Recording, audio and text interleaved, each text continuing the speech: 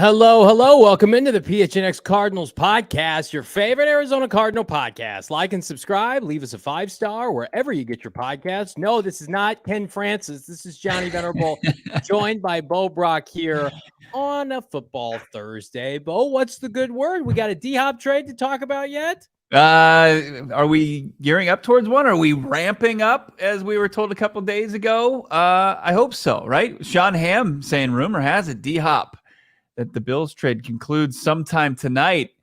I'm here for it. Let's do it. Sean, what do you know? Let's Sean, get it tell us done. everything you know. What's the good word? Who's Listen, reporting that? is there some D-Hop trade fatigue setting in? Not from this podcast, picking spreads. We're fired up because the series of tweets that came out this morning, the information that we're getting here at PHNX Cardinals is, hey, hang on a hot minute. This is not a couple of ham sandwiches on day 3 of the NFL draft.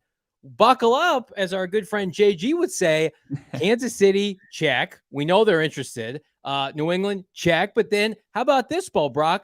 The Buffalo Bills want to take a little look-see at DeAndre Hopkins. Yeah, round up the wagons, the Buffalo Bills. They you look at their draft capital, it's a little sparse, right? They've got 6 picks in the upcoming draft. They've got some players that were mentioned by some beat reporters yesterday that they might be able to send to the desert. Ed Oliver, Gabriel Davis, but both of them in contract years. So you got to look at where, could you lock them in beyond 2023 potentially? Would that maybe spruce up the deal for the Arizona Cardinals? And then Pac-Man Jones, a newcomer to the scene as far as NFL insiders. He says he's buds with D-Hop. He was on Pat McAfee. He continues to carve out a role for himself on that show. And, man, what a role so far, having the insight to say the Falcons, the Ravens, the Bills, the Raiders, and the Pats, and then the Chiefs, as you said, and Benjamin Albright told us about a month ago. Those are the teams that are interested in DeAndre Hopkins. And it's, Bills are intriguing, right?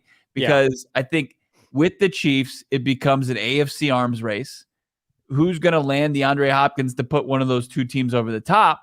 And then you've got, some teams. I really don't buy into the Ravens unless maybe Ken Francis is the one making and facilitating the deal to get DeAndre Hopkins to Baltimore, like he's facilitating deals for his boy Lamar Jackson around the league, allegedly.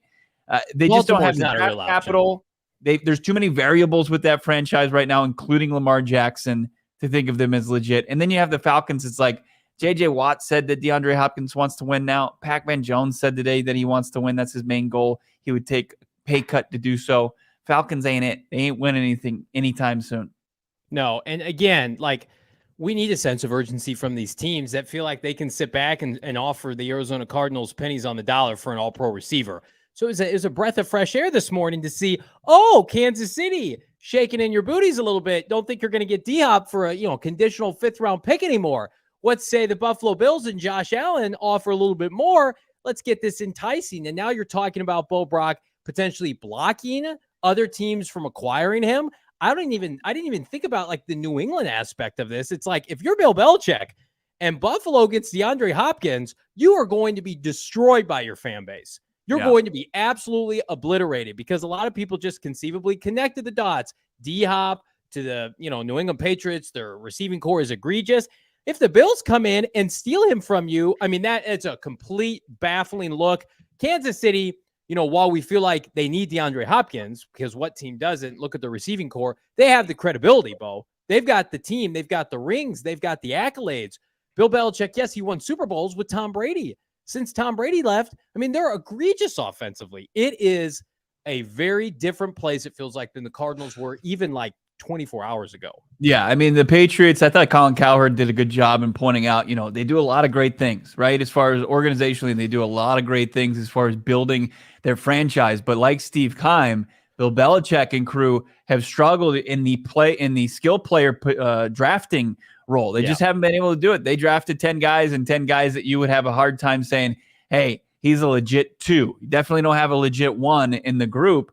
So when you have a guy like, if you can't, draft and develop it, you got to go buy it. And if you're staring down, the Buffalo Bills, and I think we have we have a look at what their draft capital looks like. Here looks so pretty here. Round 1, that's probably not the picture 27th overall, but you get to the second round. Great if it draft. becomes kind of if the market materializes and they can get that bidding war up to pick 59, that'd be interesting. But then you've got, the third and fourth round picks could be in play here. But if you're the New England Patriots and within your division, you can trump them in pretty much every single pick. Like, you're a couple picks ahead in the second round. You've got your third round pick, which is a better pick. And then you've got 3 fourth round picks that you can deal. So the Patriots, they can create the best draft capital trade package of anybody. They have 11 picks. So if they lose out to the Bills, they're going to have to answer a lot of questions to their fan base. I like that chart because what it does show me is Buffalo's third round pick is higher than Kansas City. So, hey, Kansas City offering like the 100th pick for DeAndre Hopkins and some scraps. Well, Buffalo's offering 91. We have no allegiance to you. You're in the AFC. We don't play you again. Buffalo Bills, they're like, we're trying to win our first Super Bowl. We're going all in with Josh Allen while we can, right? We feel like Gabriel Davis and DeAndre Hopkins and Stephon Diggs is better than anything you're going to trot out. So then it becomes, okay, Kansas City, why don't you offer us 2 threes? Or your second round pick becomes an option again. To me, it's like, finally, we can start stacking some chips here. These teams that are trying to outthink the room saying, well, Hopkins, yeah, he's an all-pro receiver. He's a top 10 receiver. But at the end of the day, we can't pay him what he wants. He's 31 years old. He missed time for PEDs last year. He was hurt the year before.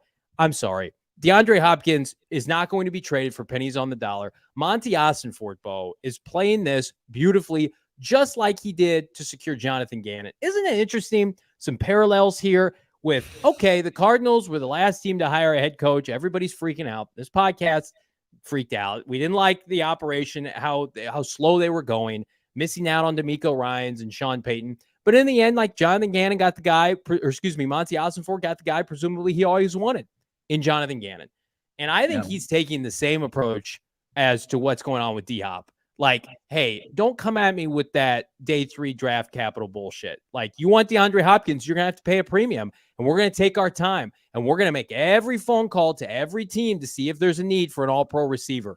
So I do think that it would be foolish, Bo, to watch how Monti Ossenfort operated, how thorough the Cardinals were in hiring Jonathan Gannon, and said, okay, I think we know how this dude operates. He vets hard, and I think it's for the betterment of the Arizona Cardinals. Yeah, and the pressure to win, I think you can throw the Patriots in it because they were at the top of the mountain and they've fallen pretty far from it the last couple of seasons. They tasted back to the playoffs, season removed from now.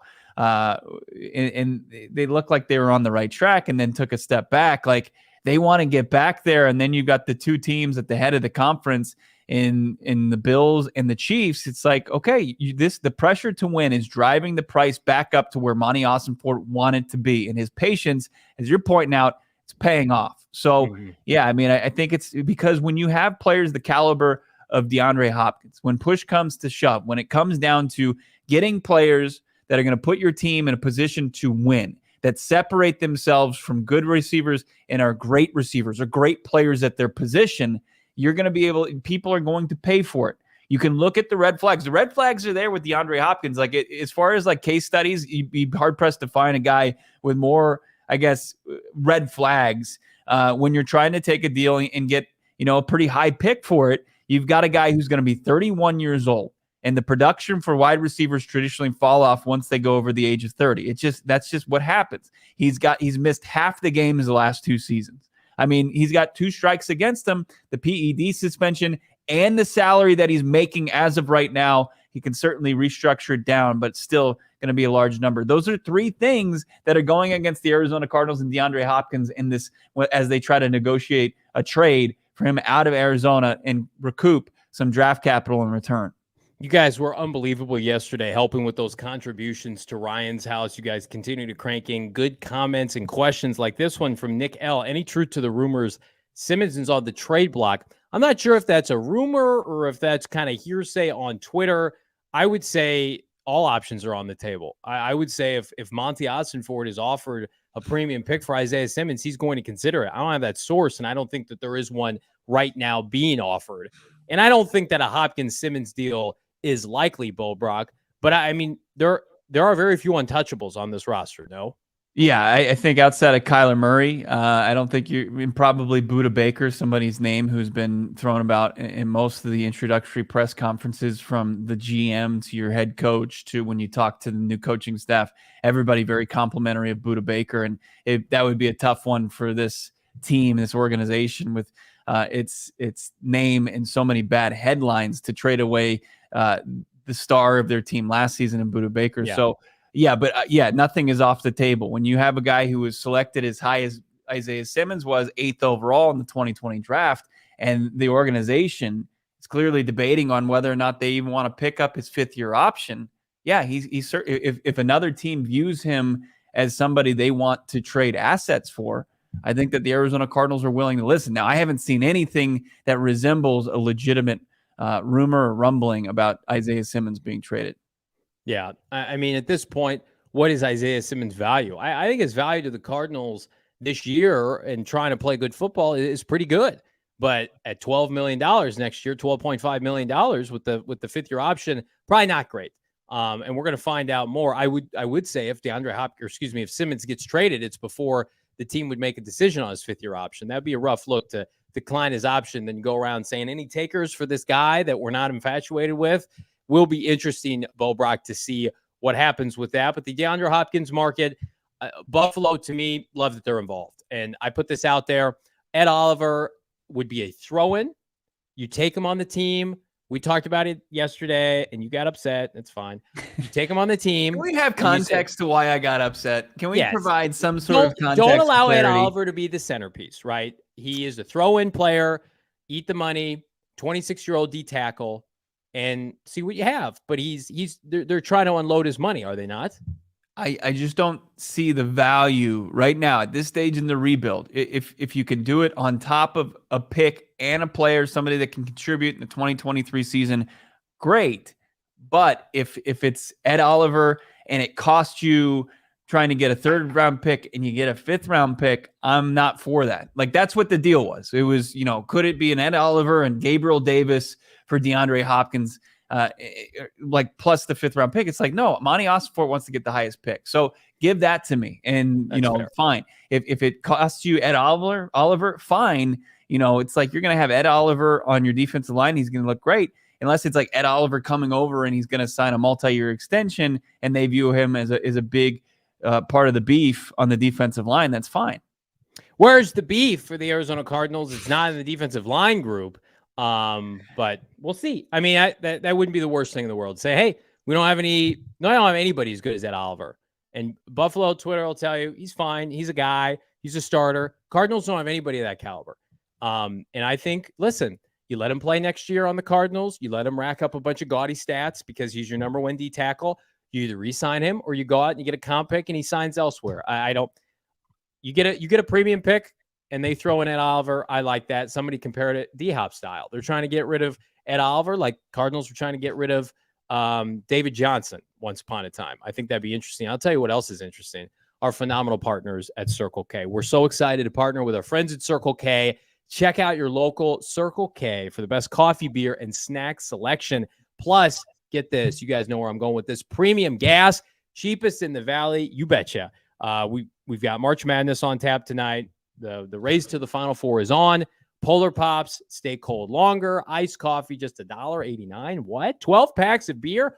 4 Peaks beer, starting at just $9.99. Red Bull, 12-ounce. Monster Energy drinks. Buy 2, get 1 free. Fast Twitch, 12-ounce bottles.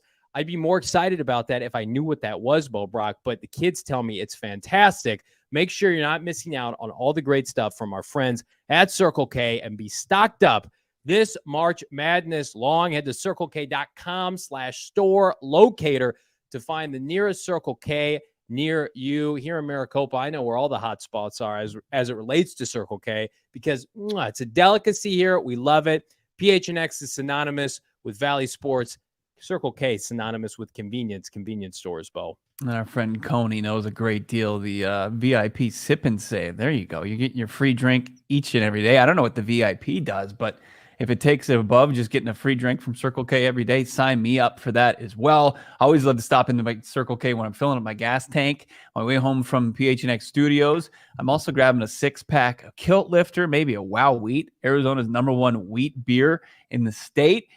It's Four Peaks. They're brewing it. They're actually brewing it out there in Tempe on 8th Street. Great place to go check out a game. They got the best deal in town. And like you're saying, well, like in regards to what? It's just the best deal in town by far. It's their spring baseball tours that they're giving out here, the spring brewery tours. Throughout March, you can pregame your baseball outing. $25 tickets include a brewery tour, beer samples, mainstay pint, brat and chips, and clear bag with Four Peaks swag. You don't want to miss out on that. Check out their tours, their events, fourpeaks.com/events. Do we have an event coming up at Four Peaks soon? Maybe. Can't wait to tell you about one.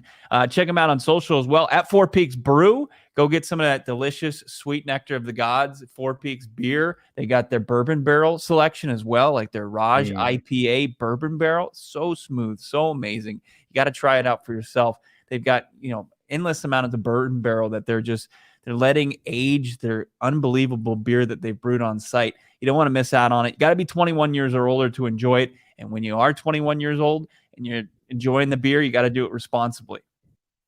Alabama had their pro day today. Bo and I were not in attendance. Also not in attendance, the Arizona Cardinals, which I know has got a lot of people up in arms. Will Anderson is the darling of mock drafts and Cardinal fans alike, including this show, to go 3rd overall to our precious Cardinals. But it was about a month ago when Bo and I were at the NFL Combine that we heard from multiple people. Cardinals like Will Anderson, but they're not infatuated with him. It's not a home run, and that's where we began. I put it up on my article, gophnx.com, when we began to hear about the Cardinals, let's call it hard desire to trade down from pick number 3. And Bo Brock, via friend of the podcast, Benjamin Albright, he is doubling down on that with his best guesses as to what happens ahead of the NFL draft within the top 5. I believe we have old Ben's tweet here. Annual tradition, as Benjamin Albright says. If I had to guess today, Panthers take C.J. Stroud, Texans take Bryce Young, Cardinals expect to trade down, which we've talked about ad nauseum, and take either Christian Gonzalez, the standout cornerback from Oregon, or there's your boy, Bo, Tyree Willson from Texas Tech, the product of Texas Tech, just like Cliff Kingsbury. And speaking of Cliff Kingsbury, they share the same agent, Eric Burkhardt. Horror show? Question mark. It's me, EB. And I don't know if you saw the end of that. Seahawks getting Will Anderson in that scenario. How do you feel about that, Bo Brock? Would that be like 2 of the top young pass rushers that the Arizona Cardinals have kind of like gift wrapped for a division rival? Nick Bosa, of course, you got to take Kyler Murray, #1 overall. But then there's the San Francisco 49ers with open arms saying, come here, let me get my arms around you. And then they got Will Anderson potentially going up to Seattle, living in the Pacific Northwest. That'd be a tough one to swallow, but I'll maintain this. Like if the Arizona Cardinals move is to trade down, take a Tyree Willson, take a Christian Gonzalez, take a Witherspoon out of Illinois, like and recoup a bunch of picks on top about if Monty thinks that's the best deal, you can't think about, well, it's going to give them Will Anderson. Like one pick, the Cardinals selecting isn't going to turn this thing immediately around, and it's not going to immediately just sink your chances against the Seahawks going forward. It's going to make things tougher. So you got to be a little tighter with your scouting and know which direction you want to go with those picks you're going to recoup. But yeah, it's not going to determine what you're going to do just because you're going to give Seattle a really good player. Yeah, it's interesting, Bo. Will Anderson, I believe, is transcendent. I think it's the perfect poster boy, poster child, poster player, whatever you want to call it, for the Cardinals to trot out with their new uniforms at State Farm Stadium this fall and say, this is what our rebuild looks like. Fresh new unis equipped with Will Anderson. But it hasn't felt like that's a reality lately. And that's okay, because the Cardinals are more than just one Will Anderson away, Bo Brock, from competing, right? Just like, the Cardinals could have gone out and traded for a pass rusher this offseason, but with the rest of the roster that they have, they're going to need a lot more than that. I also am one to believe I like the pass rushers they have on the roster. I want to add to that, but I mean, you compare it to cornerback. Let's talk about defensive line, interior offensive line, a big receiver, a running back. I mean, they need a lot of stuff. And so here's what I got sourced for everybody. Some information I got this morning. Oh, Cardinals. you haven't even shared this with me. I can't it's wait for the show. I held it on for the people and for the show. People are trying to get aggressive with Monti Ossenfort. And people are trying to do a deal ASAP. And I think Monty is of the mindset, everybody just take a deep breath. Who's getting aggressive? Is it Ken Francis or other GMs? Competing teams. Okay. I already told you guys a couple of weeks ago, Carolina called the Cardinals to talk about the 3rd overall pick. And then they're like, screw it, we got to get up to 1. There are a number of other teams that want to move up. I think we all knew that, but this is definitive. A bunch of other teams want to move up. And I don't think Monti Ossenfort is in any rush to make a deal. I think Monti Ossenfort is saying, okay, my pick's going to be here now. It's going to be here in 2 weeks. It's going to be here in 4 weeks. Like, who wants to get desperate? Who wants to get nuts? Cardinals, make no mistake about it. The Cardinals are going to get a haul for pick 3. And the more that I'm hearing is it's not going to be, I don't believe it's going to be pick 4 unless they go from 3 to 4 and then they double down again and trade back again. They're trying to be selfish, which is the right play. And they want to go and get picks, between 7 to 11 and get a bounty. And we're talking ones this year, next year, multiple day 2 picks. The QB tax is significant. Let's go. And there are teams ready to make deals right now. And Mr. Ossenfort, if he's shown us anything, just like, I'm just going to do a little bit of this. Yeah. Just going to do a little bit of this. You guys freak out, fight amongst yourselves, because that pick is think about it for a second. Don't you think that pick's only going to become more and more valuable as we get closer to the draft? There's pressure from these GMs, from their owners, Brack, to make the call, to dial up the Cardinals, to get the deal done. Because if your owner is infatuated with Anthony Richardson or Bryce Young or whomever, and they're putting pressure on you to get a deal done, and you screw up, you screw around, you can't get, your ass is getting fired. So the Cardinals are playing this right. So we're freaking out about the D-Hop deal. We want resolution. We want the picks. The Cardinals are going to get a shit ton of picks for pick 3. And the unfortunate caveat to that, Brack, is probably means Will Anderson's not going to be a Cardinal.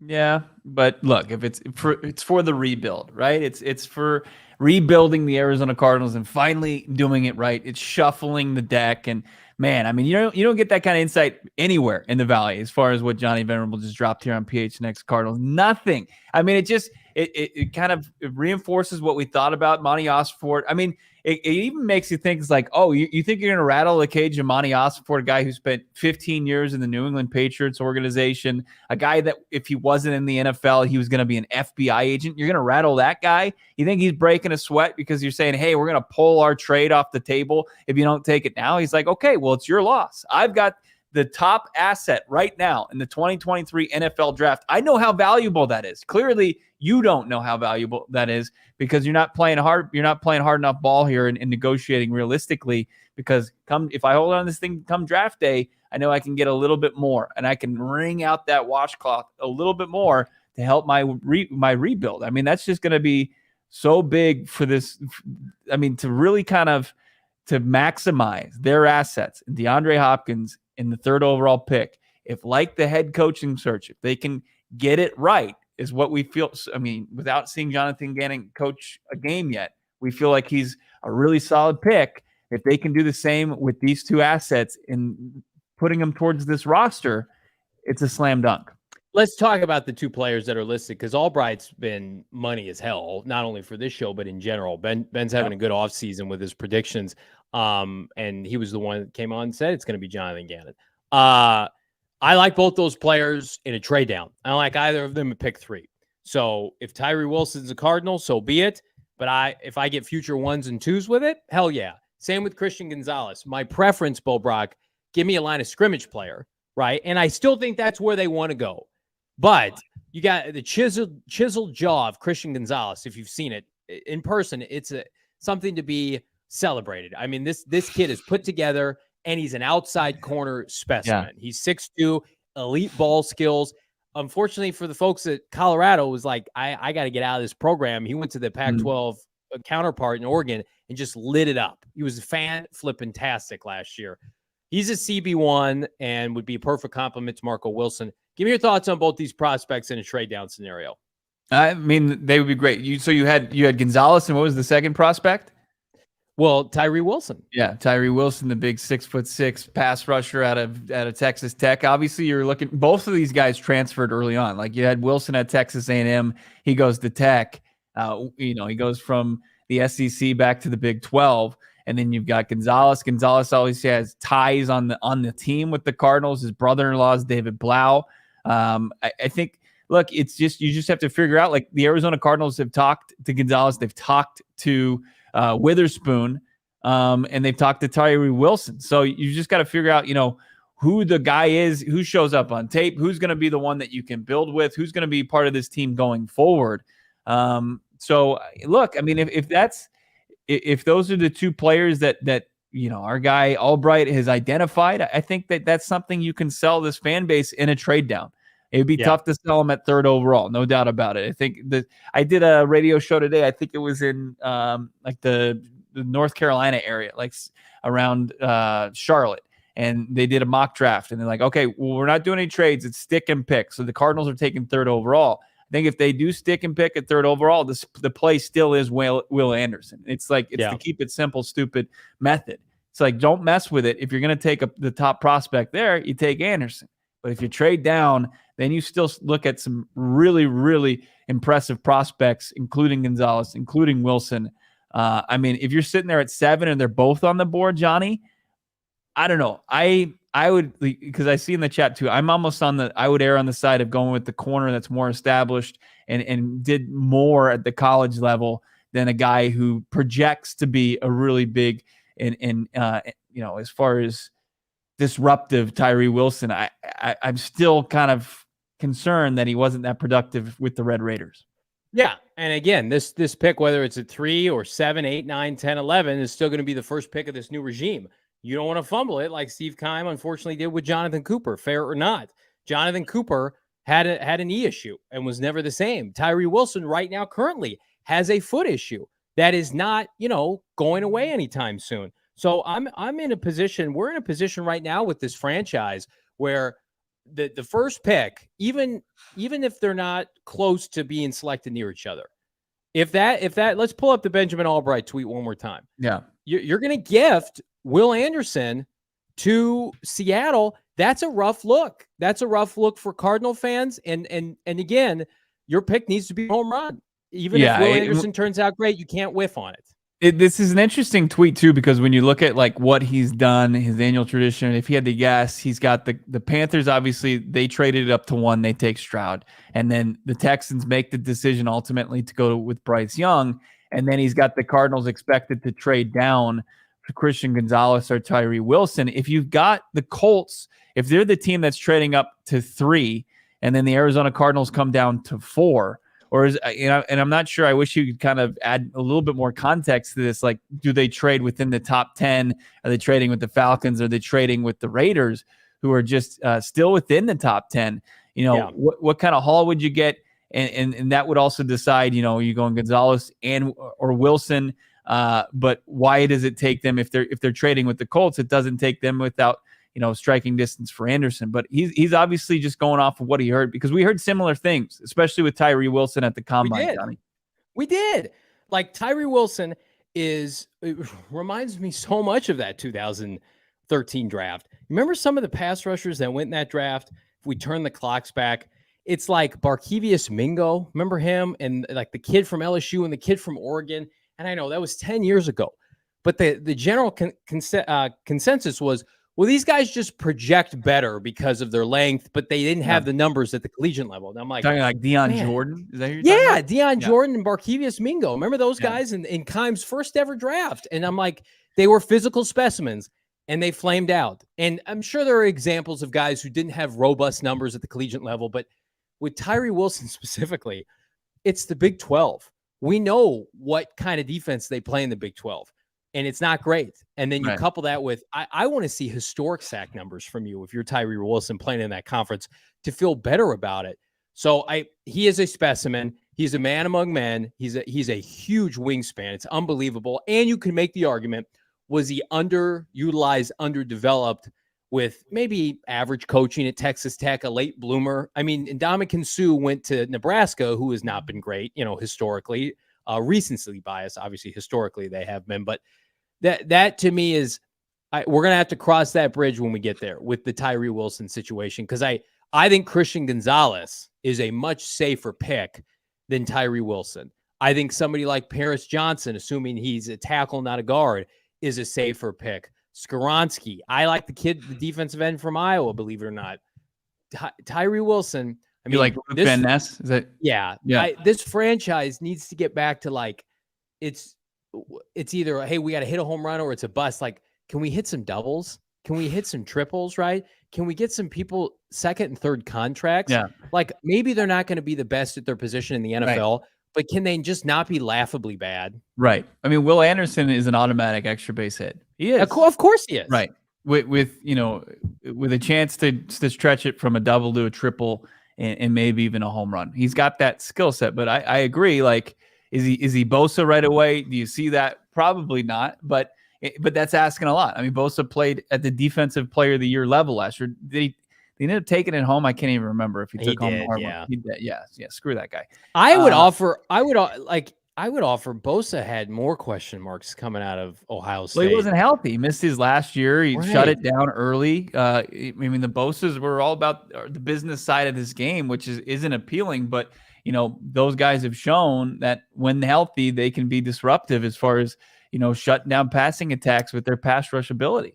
I love this comment from the shoe. 3 triples is greater than a solo home run. And that's 100% right. Like this franchise, like, yeah, do they need better elite players? For sure. Absolutely. If you manufacture any talent, like if you, I mean, it's if you're going small ball at all, right? If there's a home run on the board, you probably take them, right?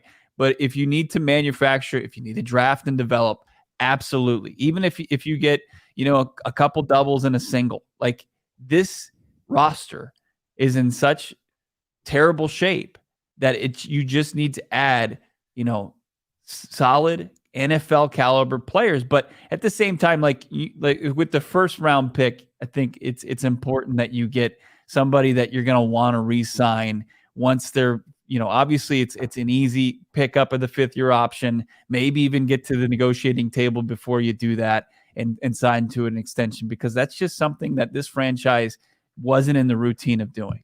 No. And with Isaiah Simmons, let's talk about Isaiah Simmons for a second, because the money is a factor of why the Cardinals probably won't keep him around long-term. Whereas you're okay paying great money to a really good offensive lineman. Because what's the alternative? Oh, you're terrible, and your offensive line is a sieve, and you're getting Kyler Murray destroyed, right? It's why DJ Humphries, at the end of the day, was a good draft pick for the Cardinals.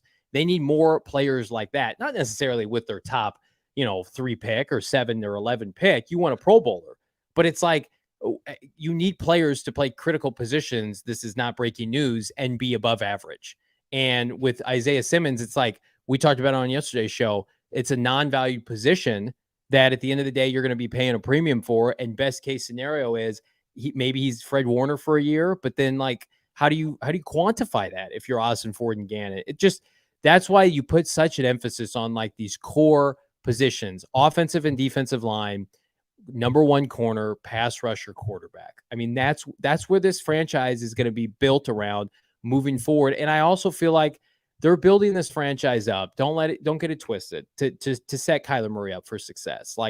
They're not taking tweener backers and undersized receivers behind for him to not be able to see down the field. I mean, think about how this team was built. Yeah. They took tweener linebackers who didn't have position. Then they drafted little receivers for their quarterback who's undersized. That then they tried to go deep with those receivers. I mean, it's a laughing stock. It's a recipe for disaster. It's like, hey, maybe get a franchise caliber guard and maybe get a pass rusher or a defensive, a 5 or a 3 technique that can rush the passer. It's funny because it's sad, but thankfully it's over with Keim and how he operated as a team builder.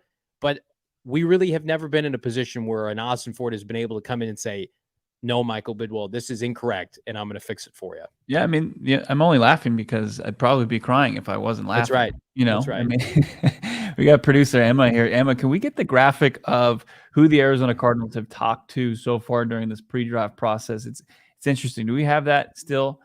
This is our free agency tracker, which is good. We can talk about the linebacker they added. We looked at it yesterday. I don't know if it already made it out of the way, but basically the Arizona Cardinals had talked to as far as the combine. I'm pulling up this sweet list here on my own, and I'm going to tell you who they've met with. So the Cardinals are in a position right now because of all their visits. They get 30 top whatever visits. They get 30 private visits. It's private time, and we need to be private. And they get all these visits. And then they have combine visits that they utilize in Indianapolis. And like we saw the quote today from Will Anderson that said he's only talked to the Houston Texans, and that's it, right? So you're like, well, that's strange because I thought the Cardinals talked to him. They did talk to him at the combine. They haven't had him on a private visit just yet. They haven't had a private workout with him. So that's just a combine visit. So is just Anthony Bradford, the tackle from LSU. That was combine. Julius Brents, the corner from K-State. He was a combine guy. Gervin Dexter, the DT from Florida, combine guy. Here are the private interviews that they've had so far. This is the top 30 guys that they've probably had to their facility. Maybe wined and dine at Steak 44. I don't know that for sure. But Jalen Duncan, the tackle from Maryland. Paris Johnson, the tackle from Ohio State. That should get you really excited, that one. You've got Jamie Robinson, the corner from Florida State. He was a private visit. So you got a corner, and then you got 2 offensive linemen. I mean, that's them looking to the trenches as far as where they're utilizing these opportunities and doing their homework on these prospects before the draft. That has, I mean, you wouldn't see that with Keim. You just didn't. And, you know, the Paris Johnson really being in the conversation for a trade down, you know, somebody that they could trade down and still select in the top 10, that gets you excited that when you talk about building this team for Kyler Murray, getting a franchise left tackle, the caliber of Paris Johnson, that's exciting. Yeah. Paris Johnson, to me, I mean, if I had to pick a player, if they trade down and let's say they go down to Tennessee at 11, and it's like, hey, Titans, give us your 1 this year and your 1 next year and your 2 this year and your 2 next year and a couple of 3s. Let's just gut the Tennessee Titans. You want Anthony Richardson? Give us all the picks. I'm taking Paris Johnson. That would be my vote. And again, there are some sides like he can play guard. Have you seen him? He's enormous. He's playing tackle. He was an elite tackle in the Big Ten. Skoronski, you want to talk to me about playing guard? Maybe. He's 6'3.5", maybe 6'4". He's a little bit undersized. At best, he's a right tackle. To me, Paris Johnson. How often do Ohio State players bust too? Can we talk about that for a second? The Cardinals under Keim were allergic to Ohio State players, and everywhere else they went and would become studs. Scary Terry Metcalf, all of the offensive and defensive linemen, even the linebackers. I'm all in on Paris Johnson. Only really quarterbacks and like the jury's still out on the field, Billy Price. Yeah. Billy Price that everybody wants to point to that. And he's the outlier because everybody thought he was going to be great because he was great in college. But Paris Johnson, to me, go put on the tape on the Final Four against Georgia and what Paris Johnson did for CJ Stroud that day. Hot damn. That's what the Cardinals need for Kyler Murray.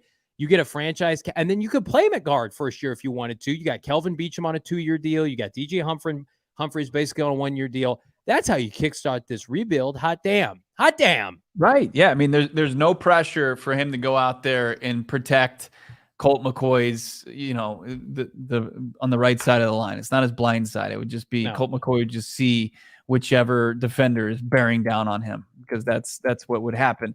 You would have him in there, and there would be no pressure for him to immediately produce and make an impact. So, this has, after coming off of them, as you mentioned, the undersized receivers, like the one receiver that they've talked to is Jonathan Mingo. He's 6'2". Like the guy that they brought in, the signing that they brought in, Zach Pascal. He's a slot receiver, but he's 6'2". He's physical. So Arizona Cardinals made a signing today. We'll get into that in a little bit. But, you know, as we're sitting here, you know, a little bit more than a month out from the draft, I'm already excited to see what Monti Ossenfort's going to do, especially since he's going to have somewhere around, you know, 10 to a dozen picks to make. Speaking of pick, it's time for you to make your pick, and your pick should be Fubo TV. Are you ready for this? Well, let's talk about it. 140 live channels of sports, movies, shows, live news, and get this, you can stream live TV from any device. Watch the most sports for the lowest possible price and start watching Bo Brock. Get this immediately with a 7-day free trial. Again, best part about it, no contracts, right? I'm off contracts. Cable, get it out of here. No hassle. Just literally sign up right now with Fubo TV and start watching 1,000 hours of cloud DVR included at no extra charge. Streaming is the way of the future. Watch local teams, even while you're traveling, which is fantastic. We travel for work. We want to be plugged in to all the many Valley sports, and you should too. Again, it is time. College hockey, NCAA tournament, ESPN2, ESPN News, Final Four. How about that? Get it now. Again, Fubo TV. Use the link in the description, and we're going to help you out. We're going to give you 15% off your first month of Fubo Pro. Check it out now. Load up. When you're not watching PHNX, ought to be watching Fubo TV, Bo. Yeah, I was checking out Fubo for the first time. Just the interface is easy to use. It's got all the channels you want. I accidentally. What have you streamed so far? What have you been streaming on Fubo? Oh man, basketball. I mean, let's be real. I've tried other streamers. They are not my jam. This is my jam. This is what works for me. You know, I'm out in rural Arizona in Maricopa, and I need my Fubo to be able to watch the NCAA tournament. Yeah, and it's great that they have Valley Sports. Can't be said for most of the streaming options out there. So it's legit. I checked out Midsummer on streaming and I was looking at Fubo. That is a terrifying movie. It's a rough watch. Yeah, it's gross. A lot of gross moments. Pretty gory. Did you not? Did you watch that with the family? Not a family. No, the family gone to bed. I was like, oh, Fubo, we got the new service set up. I'm gonna check it out. I was loving it. I was flipping on some of the WBC, and I'm like, you know what? I've watched a lot of sports. Let's see what movie's on. And I checked that out. Heard some things. I thought good things, but whoever told me good things about that, I'm not gonna trust them any longer. Okay, good call. It took some OGs to help me get to sleep that night. I'll tell you that. And OGs, I'm thankful for OGs every day of my life now, because OGs brands tough to top. Arizona's top cannabis kitchen. They got all the products that you're looking for your cannabis experience, your gummy experience. They've got the best gummies in the state, I'm going to say in the world. Actually, I agree with that. I think it's quite possible. They're doing it better than anybody. It's woven within the fabric of Arizona, just like PHNX Sports, synonymous with Arizona. So is OG's brands. You got to check out some of the great flavors that they have. You know, of course, they've got the blackberries and cream. They've got the strawberry and cream, their new Happy Balance 2-to-1 CBD to THC ratio. It's the Happy Balance gummy that you don't want to miss out on. You can check them out. You're on the shelves of your local dispensary.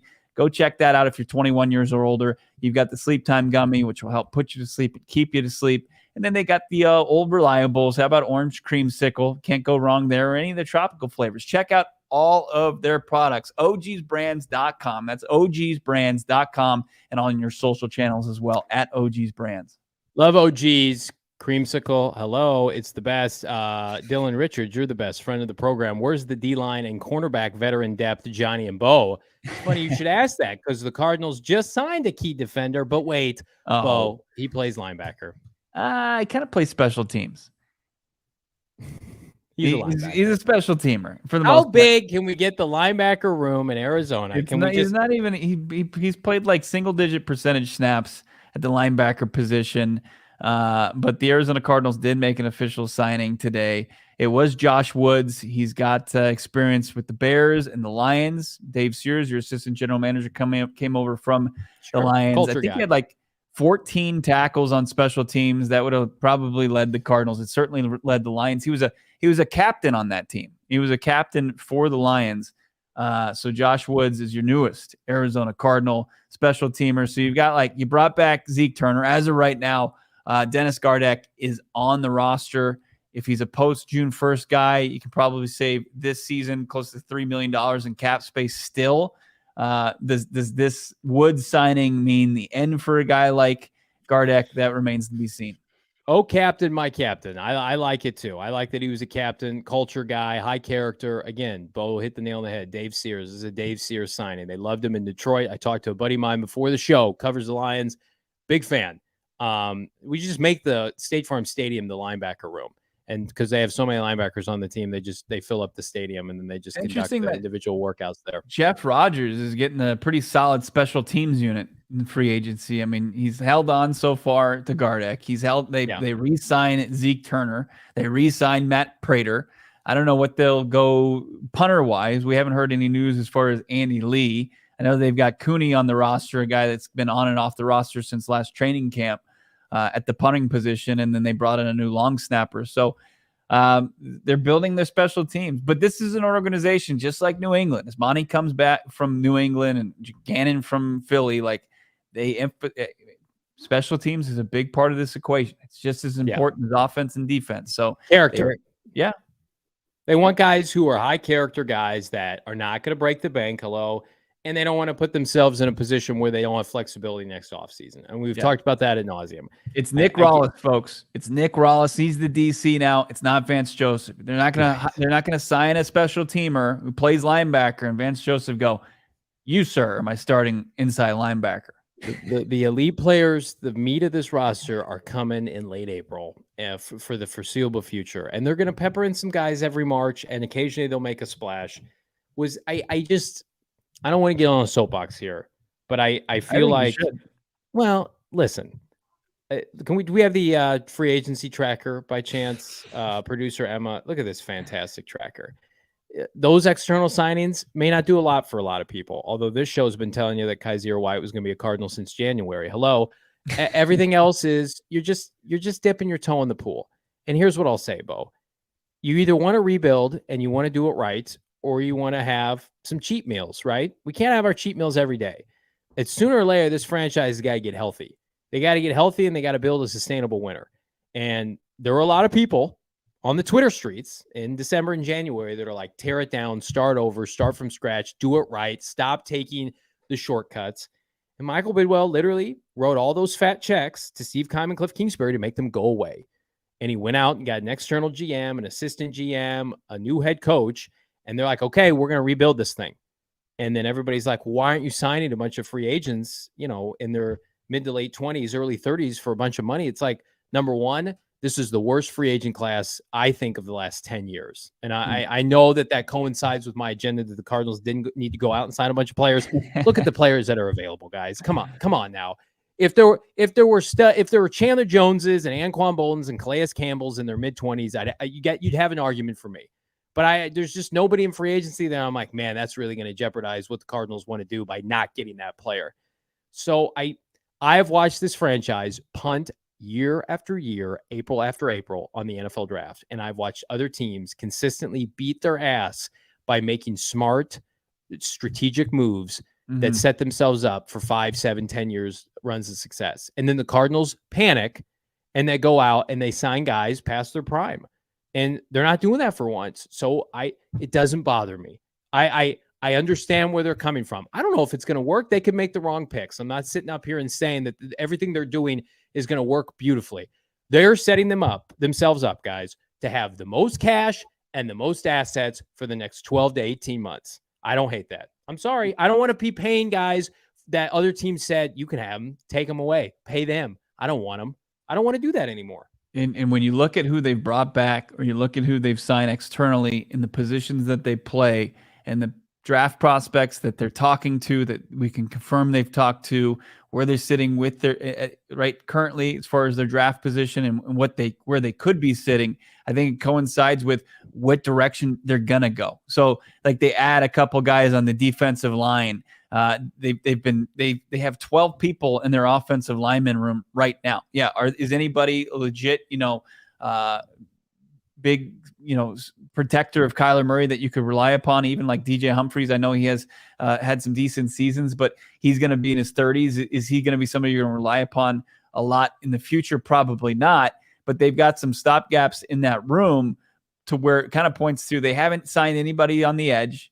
and they haven't signed really anybody outside of re-signing Antonio Hamilton to play cornerback. I think that those are two spots that they're going to really attack as far as the NFL draft come next month. Yeah, they're strategic. Let's be strategic. I don't want to see 30-year-olds who were told to go away by other teams take snaps away from my first overall pick. I'm done doing that. And I think the Cardinals are too. I'll tell you what I'm not done doing, Bo, is checking out GoPHNX.com.